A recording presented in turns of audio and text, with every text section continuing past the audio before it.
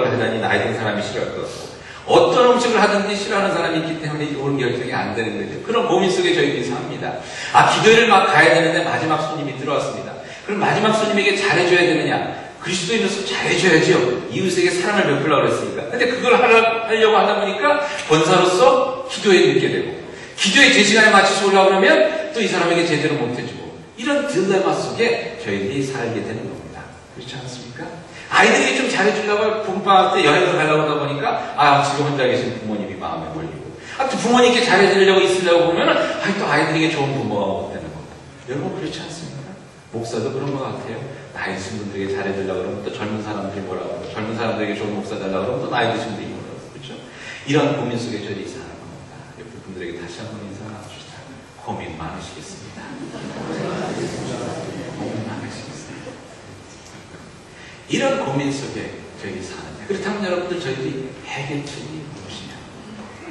그게 성경에서 얘기하는 것이 그리스도라는 겁니다. 예수님만이 저희들의 해결책이 될 수 있다는 겁니다. 오늘 말씀에도 그거 나오는 것일 겁니다. 예수 그리스도가 그 바라바라는 사람의 자리를 대신함으로 말미암아서 바라바가 살아났죠? 또 어떤 일이 일어났습니까? 예수를 잡아 죽이라고 외쳤던 그 군중들의 죄를 대신 저가 짊어짐으로 말미암아 그 사람들의 죄악된 문제가 해결된 것이 오늘 성경의 말씀입니다. 여러분 저희들이 삶을 살면서요, 저희들이 자신이 어떻게 잘해볼 수 있다고 생각하는 것, 이게 참 미련한 일입니다. 세상에 있다 보면 목회를 하다 보면 이런 분들이 있습니다. 자기 혼자서 깨끗하고 거룩하게 산다고 생각하는 분들이 있어요. 그래서 굉장히 혼자서는 깨끗하게 사십니다. 잘못된 술도 안 마시고 담배도 안 피고 모든 일에 다 철저하게 하는데, 가만히 보면요, 그분이랑 같이 사는 분이 힘들어요. 남편이 됐든 부인이 됐든 그리고 자식들이 힘들고. 그러니까 자기는 깨끗하게 사는 것 같지만 결국 주위 있는 사람들 힘들게 하는 그런 죄를 짓고 산다는 겁니다. 그게 저희들의 모습입니다. 그러니까 이렇게도 할 수 없고 저렇게도 할 수 없는 거죠. 그렇기 때문에 우리가 죄인이라는 겁니다. 그 죄의 문제를 어떻게 해결하느냐? 예수 그리스도로 말미암아서 저희들의 그 문제가 해결될 수 있다는 것이 바로 복음입니다. 저희들의 삶을 살면서요, 참으로 하나님을 의지하면서밖에 살 수가 없습니다. 잠언서에 보니까 이런 말씀이 나와 있습니다. 잠언서 16장 9절에 보니까 이런 말씀이 있습니다. 사람이 마음으로 길을 계획할지라도 그의 걸음을 인도하시는 여호와시니라. 그러니까 우리들이 계획을 세우지 않습니까? 이렇게 가야 되겠다. 근데 이렇게 가야 되겠다 하는 것이 말입니다. 이런 면에서 보면 옳을 수 있지만 또 이런 면에서 보면 틀리고, 이런 면에서 보면 틀리는 것 같지만 또 이런 면에서 보면 옳고. 근데 이런 가운데서 우리가 어느 길을 가든지 이게 문제가 될 수 있지만, 그냥 우리가 어떤 길을 계획하든지 이게 중요한 게 아니라 이 길을 하나님께서, 나의 걸음을 인도하시는 분이 하나님이시냐 아니냐, 이것이 중요하게 된다는 겁니다. 여러분들 아마 그런 경험하셨을 거예요. 누구를 도와주고 어떤 좀 힘든 상황이 있는 분에게 도와드리고 싶은데 이걸 도와줘야 되나 말아야 되나 이런 고민이 될 때가 있어요. 왜냐하면 어느 때는 도와줬는데 그 도와주는 것을 잘 받아들여서 이렇게 감사해야 하는 그런 경우가 있고요. 어느 때는 도와줬는데 오히려 그것이 화근이 돼가지고 이 사람이 나를 우습게 알았다느니 제대로 안 도와줬다니 이래서 오히려 더 일만 나빠지는 그런 경우가 있지 않습니까? 누구에게 좋은 말씀을, 조언을 해주려고 해서 그것이 문제가 되는 경우가 있거든요. 어느 때는 그 조언을 받으면서 이거 맞았어요. 내가 그 말 때문에 살았어요. 문제가 해결됐어요. 이렇게 결과가 나오기도 하고, 어느 때는 괜히 쓸데없는 얘기 해갖고 더 문제를 힘들게 만들었더니 욕만 듣고 말이죠. 근데 그렇기 때문에 근데 여러분들 그 결과가 왜 그렇게 다르게 나타납니까? 사실 우리들로서 어떻게 할 수가 없는 거예요. 그 결과는 하나님께서 주관해 주실 때 결과가 좋게 나오는 거고요. 그렇지 않을 때는 결과가 나쁘게 나오는 거예요. 그렇지 않습니다. 똑같은 조언을 해주더라고요. 그 잠언서에 또 16장 21절에 보니까 이런 말씀이 있습니다. 사람의 마음에는 많은 계획이 있을지라도 오직 하나님의 뜻만 완전히 이루어집니다. 하나님께서 그 결과를 이끌어 주실 때 우리의 결정이 온전한 결정이 된다는 겁니다.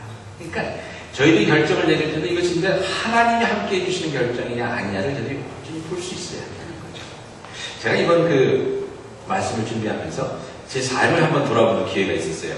삶을 돌아보면서 내 인생에 있어서 중요한 결정들을 한번 이렇게 제가 한번 집어봤습니다. 예를 들어서 신학교 가기를 결정하는 것, 또 장로교에 있다가 감리교로 와서 목사가 되기를 결정하는 것, 또 뭐 결혼하는 것, 또 뭐 이런 아틀란타로 내려가는 것, 다시 돌아오는 것, 아무튼 중요한 결정들을 쭉 한번 적어보고 이 결정들이 좋은 것, 좋은 열매가 맺은 것, 나쁜 열매가 맺은 것 이런 것들을 한번 이렇게 찾아봤습니다. 이렇게 분류를 해봤어요. 그러면서 이거는 왜 좋은 결과가 나왔고 이거는 왜 나쁜 결과가 나왔나 이렇게 가만히 보니까요 재미있는 사실을 한번 발견했어요. 뭐냐면 제가 잘났다고 생각하면서 이건 내가 해야지 이러면서 내린 결정은 좋지 않은 결과가 나왔고요. 진짜 나는 아무것도 못하고 뭐 이래서 그냥 어떻게 하다가 그냥 이렇게 내린 결정은 좋은 결과가 나왔고요. 제가 여러분들에게 고백하는 거지만 다른 교회 가서 말씀하셨는데 제가 왜 목사가 됐냐면요. 목사가 된 이유 중에 하나는 대학교를 졸업하고 나니까 할 일이 없어요. 제가 대학교에서 철학을 공부했거든요. 철학을 공부하고 나서 졸업을 하니까 초이스가 딱 두 개더라고요. 뭐냐면 신학교 가는 거랑 택시 운전하는 거예요. 철학 공부해서 뭘 하겠어요? 아무것도 할 게 없는 거예요. 그러니까 철학 공부해서 하는 거니까 택시 운전하고 그러더라고요. 그래서 그걸 하느니 차라리 신학교를 가자. 그러고 갔습니다. 근데 그런 마음 가운데 저는 그때도 지금도 그때 무슨 생각을 했었냐면 내가 왜 신학교를 갔을까?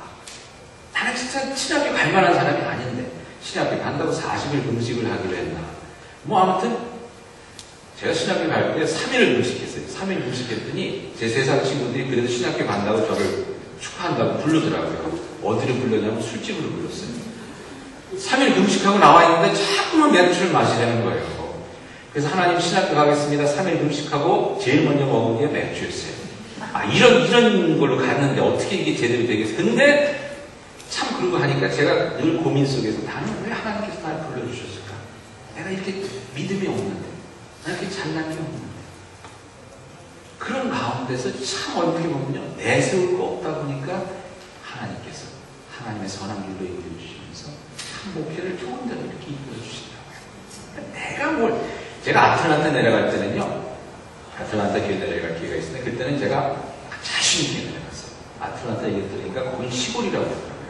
한국 사회가 많고 코리안 커뮤니티가 10년은 뒤져있고 그래서 내가 시카고에서 그래도 이만큼 목회를 했는데 내려가서 내가 목회를 하면 그냥 부흥의 회오리바람이 일어나니까 이러고 내려갔어요 제가.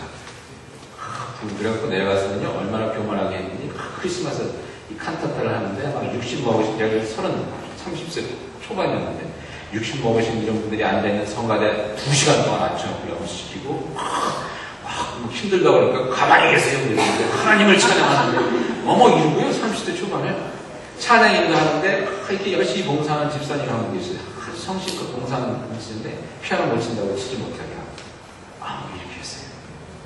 제가 거기서 3년 꼬박 고생하고 나오면서 무슨 뭐라고 그랬는데 하나님 나 목회 못하겠어요. 얼마나 힘들었는지 하나님 이렇게 했어요. 아틀란타 내려가는 결정은 참 잘못된 결정. 제가 결혼을 어떻게 했는지 아십니까? 결혼을 29이 됐는데 결혼을 하려고 왜 생각이 들었냐면 그 전까지도 결혼할 생각이 없었죠. 근데 하루는 사무실에서 나와서 이제 집을 가려고 그러는데 집을 가기가 싫은 거예요. 왜? 집에 가서 혼자 밥 먹을 생각하니까 그게 그렇게 싫은 거예요. 그래서 그때 들었던 생각이 누구 나랑 같이 밥 먹어주는 사람이 있었으면 좋겠다. 그러고서 이제 나는 그런 생각이 들었어요. 그랬더니 우리 와이프가 나타나서 만났는데 두 번째인가 세 번째 데이트하고 나서 제 사무실도 스시 점심을 해갖고 딱 오는데 제가 이만한 사람이 내 인생을 맡겨도 되겠다. 손들고 갔어요. 그때 참 너무나 좋은 결정이 있어요. 요는 뭐냐면 여러분 저희가 잘났다고 생각해서 내리는 결정들이 안 좋은 결정인 때가 많아요. 왜? 우리들이 제대로 내릴 수가 없기 때문에 저희들은 하나님의 손에 이끌리는 그 결정 하나님의 손에 이끌려서 갈 때에 열매가 맺게 되고 좋은 결과가 있게 되고 하나님의 의로움으로 세워지는 그것인데 그렇지 않을 때는 이게 힘들어지는 거예요. 여러분 삶에 참 얼마나 힘든 결정들을 많이 내리실 때 오늘 아침도 그런 고민 가운데 있을 때 오늘 교회를 가야 되나 말아야 되나 그건 확실한 결정인데 와야 되는 거고 11조를 내야 되나 안 내야 되나 이런 확실한 결정들이 있는데 그렇지 않은 것들이 있어요. 어느 교회를 나가야 되나 하는 가운데서도 많이 고민하시는 분들도 있을 거고요. 근데 그러한 가운데서 내가 옳은 결정을 내리는 것 이것보다 더 중요한 것은 하나님께서 그 길을 인도해 주시느냐 안 인도해 주시느냐, 이게 더 중요해요. 하나님이 거기에 함께 하시느냐, 하나님이 함께 하실 때는 그 결정이 옳은 결정이 되는 거고요. 하나님께 순종하며 간 결정이면 그것이 옳은 결정이 되는 거고, 하나님 이끌어 주십시오, 하나님께 맡깁니다 하는 결정이었으면 그것이 열매 맺는 결정이 되는 것이고요. 하나님이 배제된 결정이야, 내가 어떻게 해보려고 하는 것이, 그것이 안중근 의사를 택하는 것은 예수 그리스도를 택하는 것이라고 옳지 않은 결정이 되는 것입니다. 여러분, 저희들의 삶 속에 희망과 소망이 무엇이 있겠습니까? 이 땅에서 살 때 오직 소망은 예수 그리스도밖에 없지 않습니까? 우리들이 아무리 해보려고 해도 하나님께서 안 도와주시면 아짱 것이 되는 거고요. 내가 아무리 착하게 살려고 하고 선한 일을 하려고 해도 하나님이 함께 해주시지 않으시면 그걸로 인해서 얼마나 많은 사람들이 상처를 받습니까? 하나님이 함께 해주시는 일이 되어야 되는 거예요. 하나님께서 기뻐하시는 일이 되어야 되는 거예요. 하나님께서 책임져 주시는 일이 되어야 되는 것입니다. 그럴 때는 여러분, 비록 이 주의 참 악한 이스라엘 백성들이 예수 그리스도를 십자가에 못 박는 참 그런 말도 안 되는 결정을 내렸지만, 그 결정을 통해서 어떠한 일이 일어납니까? 많은 호흡하는 놀라운 구원의 역사가 일어나지 않았습니까? 왜? 하나님이 그 가운데 함께 하시기 때문에, 예수 그리스도가 그 가운데 계시기 때문에 그렇지 않습니까? 저희 여러분들의 삶도 하나님께서 귀한 삶, 열심히 살아보려고 하지만, 때로는 그것이 마음대로 안 되는 때가 있습니다. 예수 그리스도께서 그 가운데 함께 하시면 그 모든 것이 하나님의 은혜 가운데 온전히 이루어질 줄 믿습니다. 우리가 잘못해도 그리스도의 보혈로 말미암아 용서받지 않습니다. 그러나 은혜가 여러분들의 삶 가운데 참으로 넘치는 귀한 삶이 되실 수 있기를 그리스도의 이름으로 축복합니다. 여러분 옆에 있는 분들에게 한번 이렇게 말씀해 주시면 어떨까요? 고민하지 말고 기도하세요. 기도하시겠습니다. 내가 원하는 한 가지